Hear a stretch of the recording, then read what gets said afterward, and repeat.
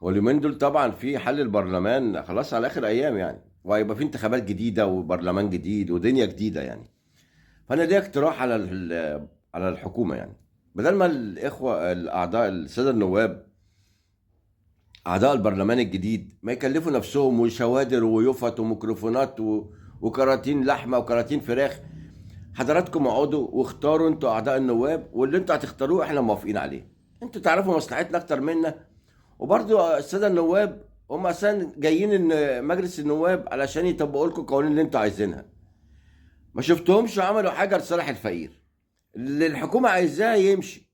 طب طالما اللي الحكومه عايزاه يمشي سعادتك، ما تختاروهم انتوا ووفروا علينا الدوشه ووجع الدماغ والمصاريف الياما دي، بدل ما يصرفوا على الانتخابات او يدخلوها في الدوله وناكلوا ونشربوا بالفلوس دي. احسن لنا.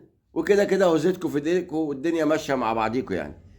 وهم ما بيختارولناش حاجه ولا ليهم دعوه بالغلابه.